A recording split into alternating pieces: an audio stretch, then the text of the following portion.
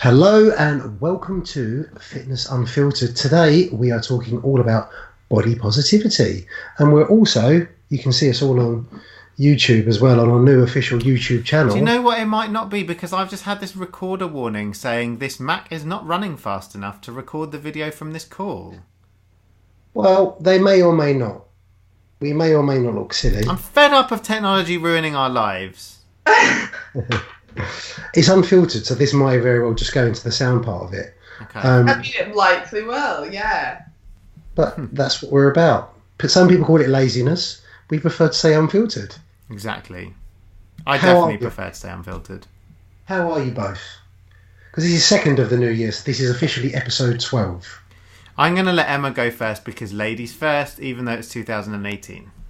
How dare you assume her gender? Well, Yeah. I am daring, let's just say that. Well, thank you, as that makes a change because Mike is the Beyonce of our group. I am well. Yeah, that's about it, really. Just pretty well. Nothing to report or complain about. Yourself? Wait, when you say yourself, do you mean Dan or me? Yeah, that's what I went for. Okay, sorry. No, but I'm fine. Okay, Dan's fine, so Mike, how are you? Yeah, I'm alright, thanks.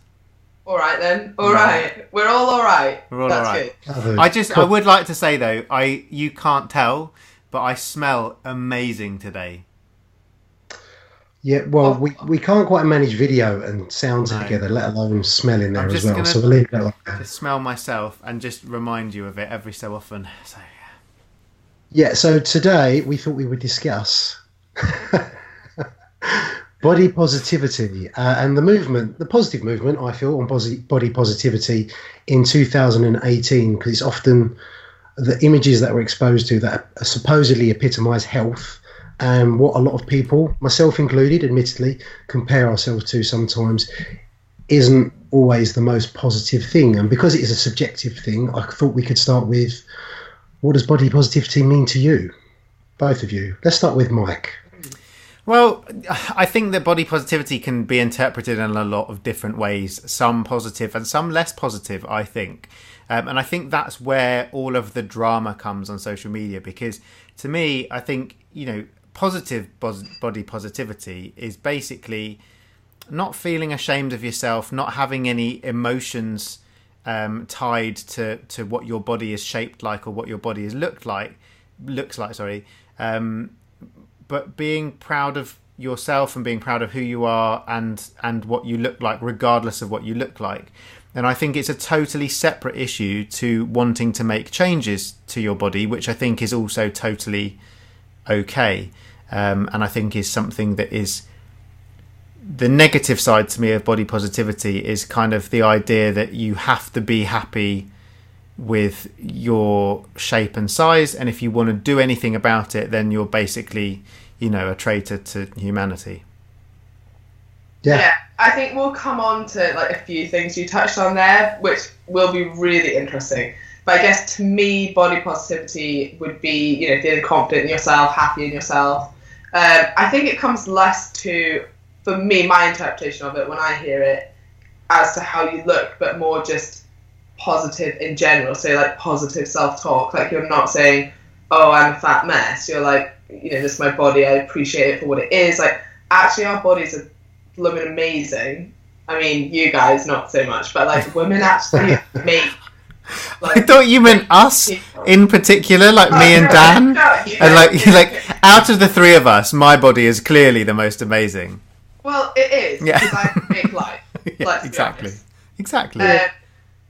But yeah, I guess just being thankful, and then kind of what Mike was saying about if you do want to make change, that should come from a place of I love my body and I love myself, so I want to give it the best. I want to stay active, I want to feed it the best food, I want to fuel it as best I can, rather than a place of hate, like I hate the way I look, so I want to change it. And if we can sort of reshape people's minds to think, okay, like maybe my body's not in its healthiest position at the moment, maybe I could lose a little bit of fat, but I'm doing that because I want to be healthier and I love myself and I love my body and I respect that, rather than a negative.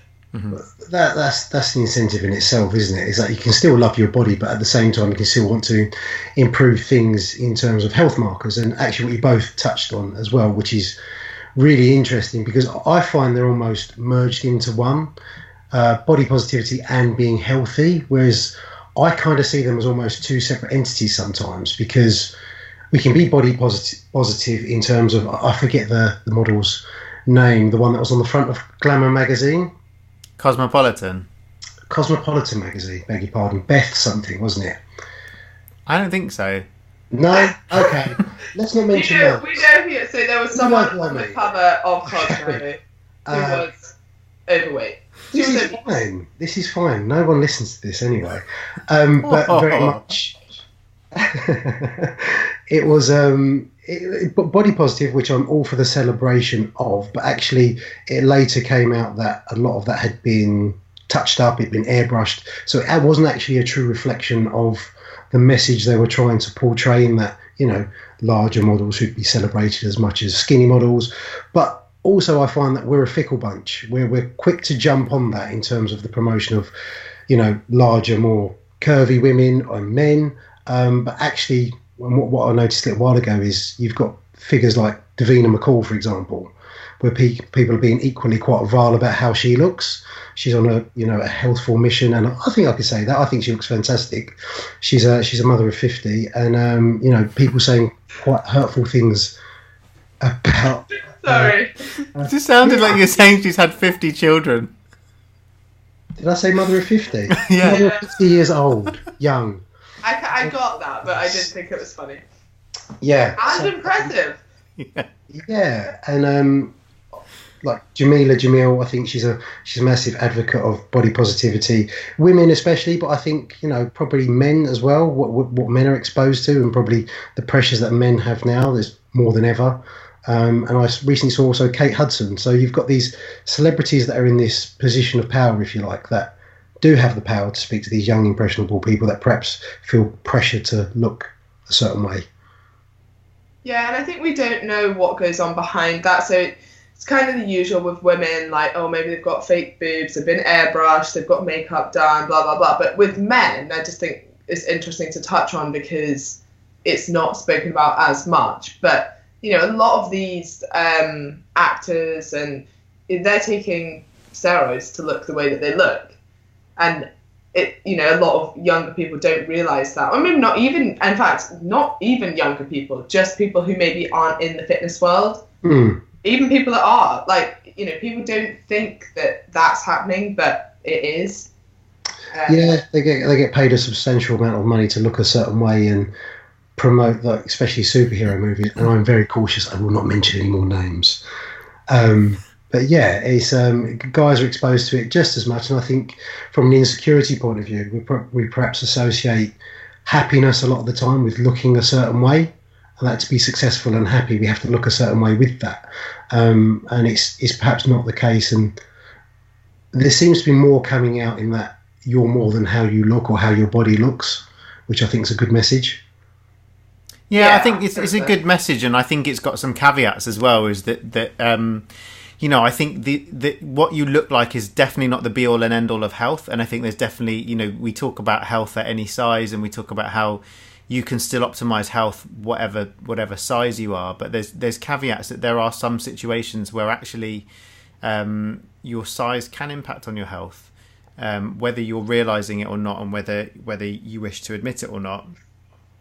But I think it's a really tough line to balance, because I think now, especially at the moment, we're overrun on, you know, Instagram with people basically telling us, I don't know if this has been particularly amplified because it's just been Christmas, but everyone seems to be saying, oh, it's okay. You don't need to lose weight. You don't need to worry about gaining weight. You don't need to worry about your size and all of these things. And I kind of feel like we might be moving, and I feel this is quite a controversial thing to say, because I feel I'm going against a lot of the stuff that I'm seeing on Instagram from people who I have huge amounts of respect for and agree with on most parts. But I think we're seeing a lot of promotion of, you know, not losing weight, not being on a diet, and I think that is very, very, very, very positive within a certain demographic of people, and that probably is Instagram. So I think people who follow fitness models on Instagram and people who follow personal trainers and coaches are probably more likely to be a group of people who are over dieters or slightly disordered eaters in terms of a control way, rather than people who are morbidly obese or suffering from type 2 diabetes or suffering from other health problems related to obesity, because they don't necessarily engage with that sort of audience. And so I think that then when you have lots of people in the fitness industry talking to their audience on Instagram, they are talking to a very specific type of audience. And I've said this before on the podcast about kind of coming from the point of view of a GP practicing in the NHS. The general public is a very, very, very different kettle of fish. It's a very different audience. It's a very different demographic. And I worry that some of the messages that we're putting out about these kinds of things that are bordering on anti-fat loss could be potentially harmful in the wrong hands. And I think it's just a reminder that there is no one universal message. There is no one universal demographic. There are different messages that are appropriate for different people, and there are different things that different people should be listening to. Yeah, I think a lot of it does get taken out of context, and we sort of discussed this before, that you can be fat but fit. Yes, exactly. Yeah. And, there's loads of research showing that. But are you? And the answer is probably not. It's most fat people are not also fit. And yes, you can be fit, and I'm talking about fit on a cardiovascular level, so like your VO2 max. You can be fit and overweight, but it's very rare. Not a lot of people are in that position. And I'd also ask the question that if you are fit and overweight, would you be healthier losing a little bit of weight? And the answer is probably yes. Although you're maybe not as unfit as a slimmer person who's not fit in terms of their cardiovascular health, would you still be fitter in comparison to your fatter self? Yeah, you probably would. So, and I think, I feel like the message that people are trying to get across is that telling people to lose weight doesn't really work. But telling people to be more active and telling people to be healthier and giving people ways of improving their health works better. So I totally get that. But I feel like the message is being confused between, be healthier, eat better food, and don't worry about it. Eat the mince pies, eat that piece of cake, eat that donut. And I worry that is a dangerous message to people who already have a problem with those things. It's like saying to, if you're saying to an alcoholic, don't worry, just have a beer. You wouldn't do that, would you? And actually, I was having a chat about this with former podcast guest Jamie Alderton, and he he sort of said a quote which was, "Watch what people do, not what people say." And he didn't actually explain to me what he meant by that, but so I'm going to use my own interpretation of it.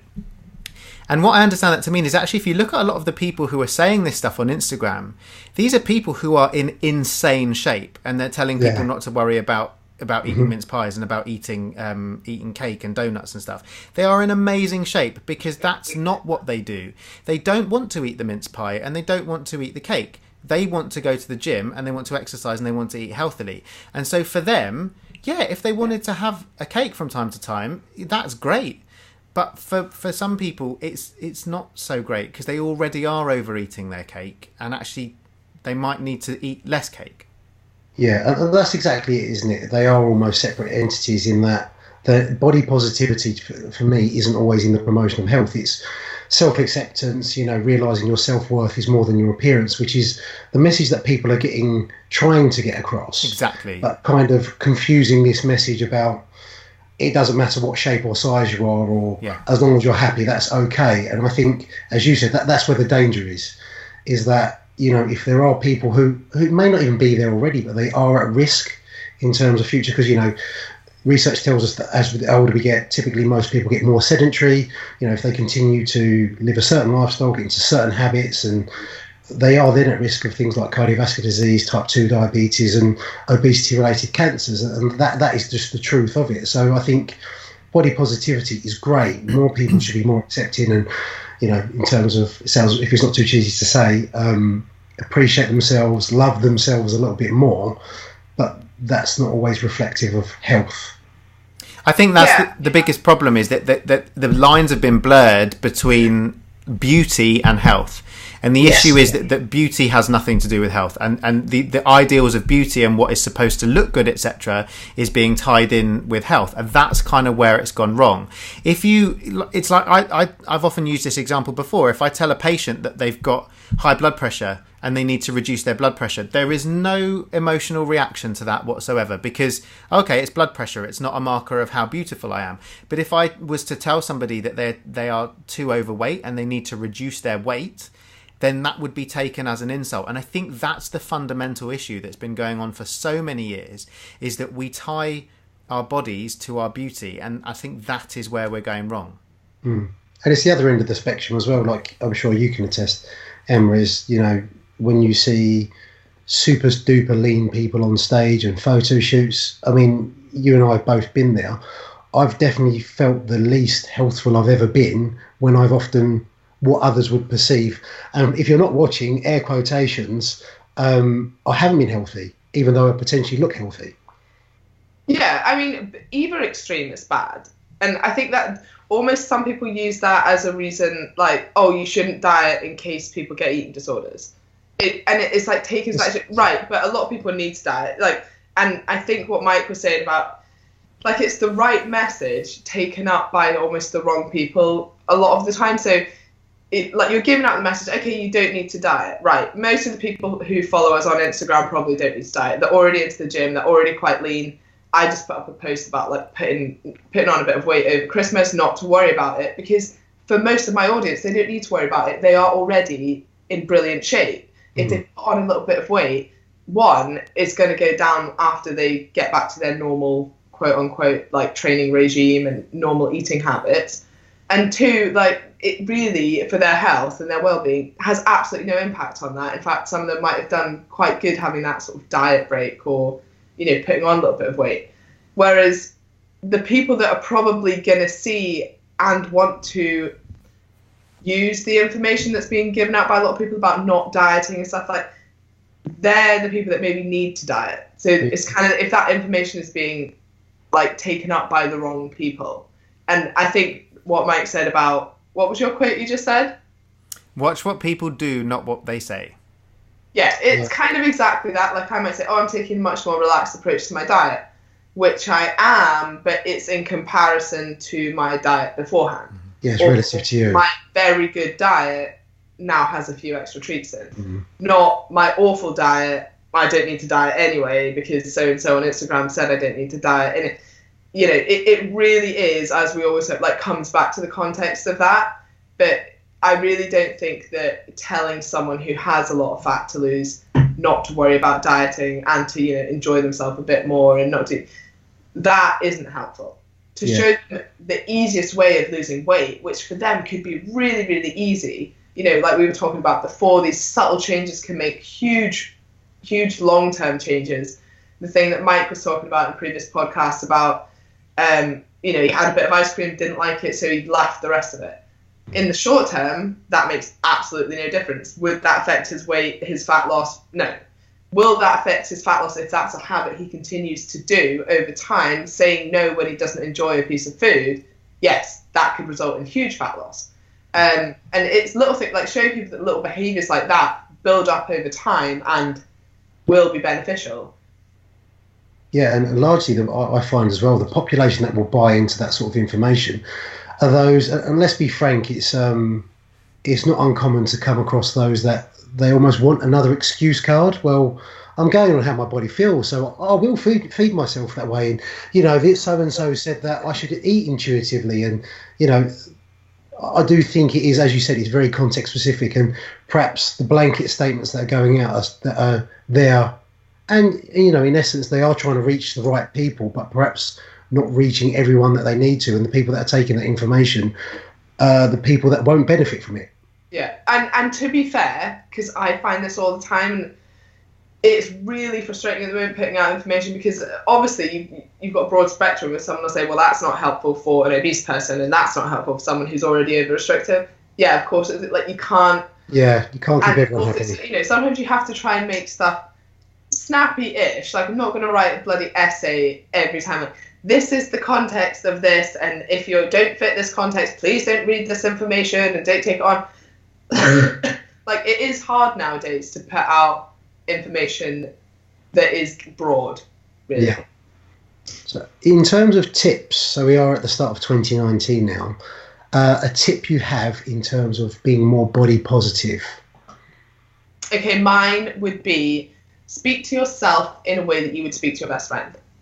Because we're all like our own biggest critics in loads of aspects of life, not just how you talk about your body. But there's no way, some of the things that I know, especially girls and maybe guys, I'm sure guys as well, but say to themselves about their body is awful, and you would in a million years say it to anyone else. So I think just like taking a step back and be like, would I ever say this to anyone else? No.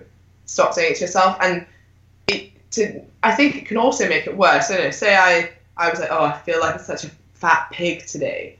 And actually, someone will look around and be like, actually, she's in great shape. If she thinks she looks like a pig, what does she think I look like?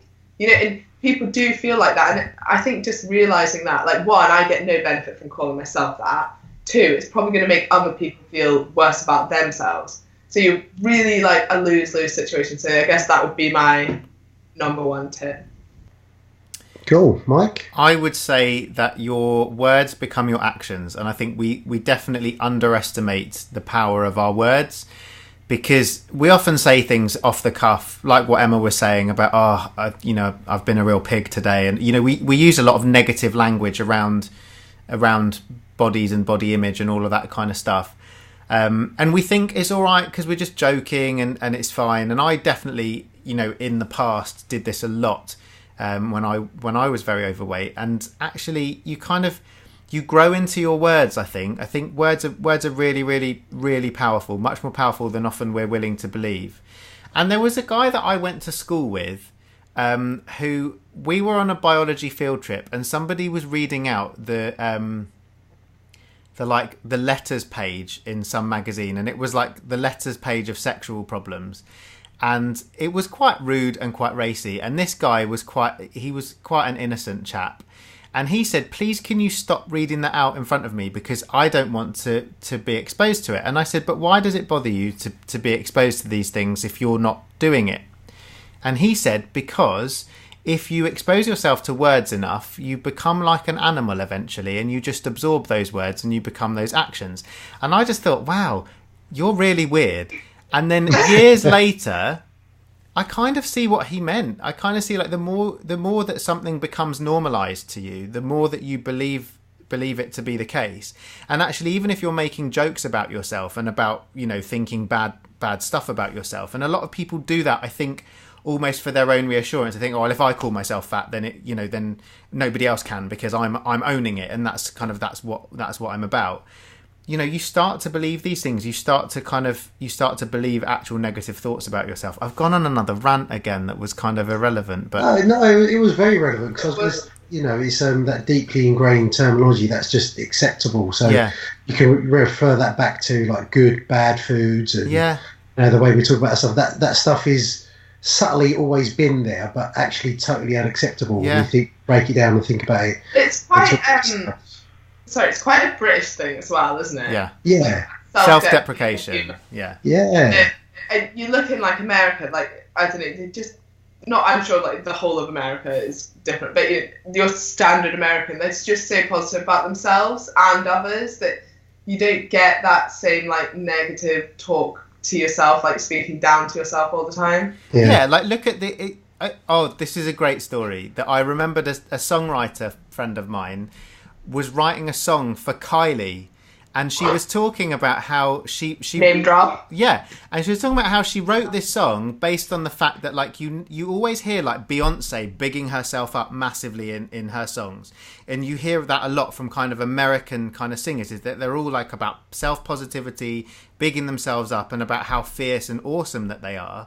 Whereas then when you get people from other places, like, you've never had like Kylie Minogue talking about how amazing she is on a song, because that's not really how other people do it. And why is it all right in America to kind of love yourself and say that you're great, but actually in other places we've always got to kind of constantly shy away and sort of be a bit embarrassed by our talents and by how good we are at stuff. even worse than that. Like, I see it, maybe I wouldn't do it personally, but there's certain people I follow on Instagram, and they're really like, they'll post up loads of pictures of themselves, like feeling good, looking great, like quite like self-promoting, and I'm kind of like, yeah, you go girl, like do that. But a lot of people are like, they hate on that. They're like, oh god, she's so up herself, and I'm like, you know what?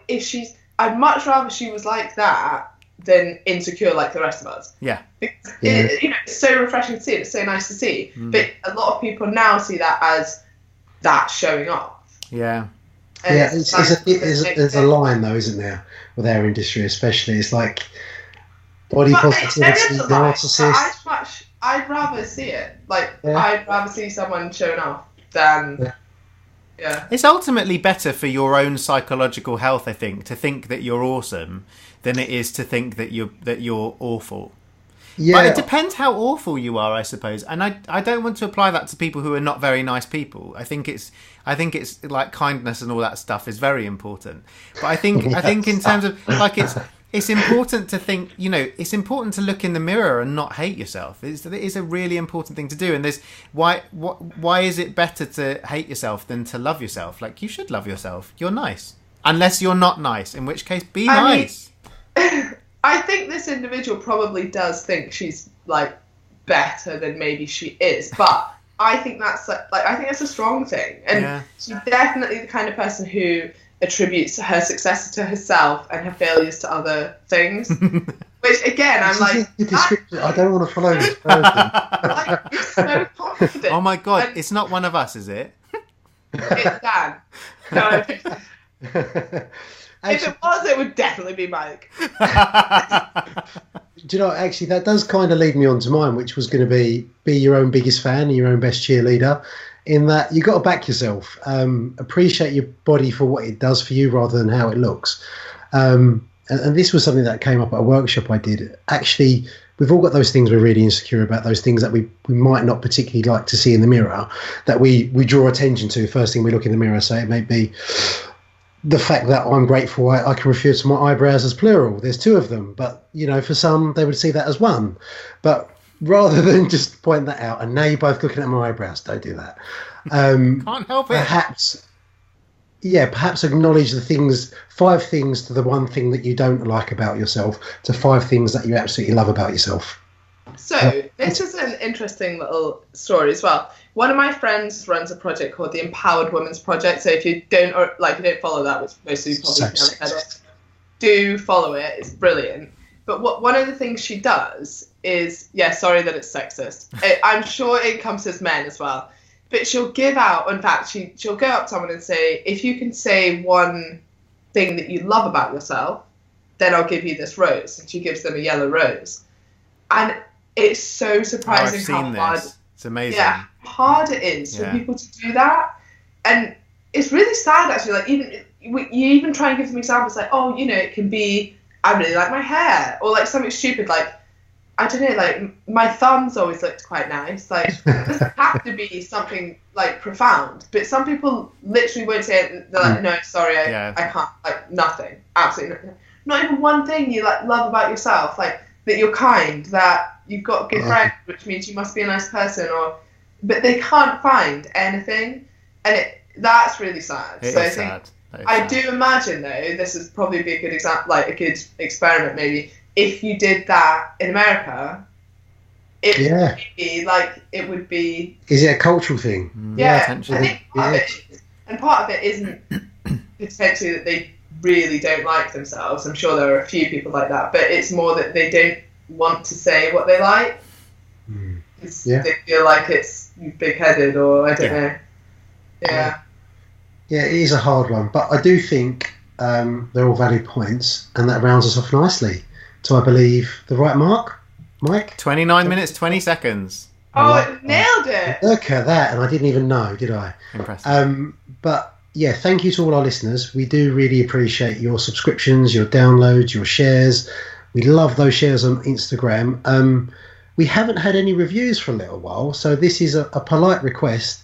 if you don't mind, but you do really enjoy the podcast, to leave a very nice review. If you don't like it, don't leave anything. That's fine as well. If you don't have anything nice to say, just don't say anything. Yeah, reviews, shares, etc. They just help more people see us. Therefore, listen to us. Oh, guys, interesting tidbit. So yesterday I was in a different gym, and someone turned around and was like, "Oh, are you Emma?" And I was like, "Yeah." And they were like, "I recognise your voice." My voice. No way. Oh, made it. I was like, yeah, it is quite annoying, isn't it? But yeah. You are actually #FitFam CelebFam. Yeah. I made it. Made it. Excellent. And on that note, we bid you farewell. Bye guys.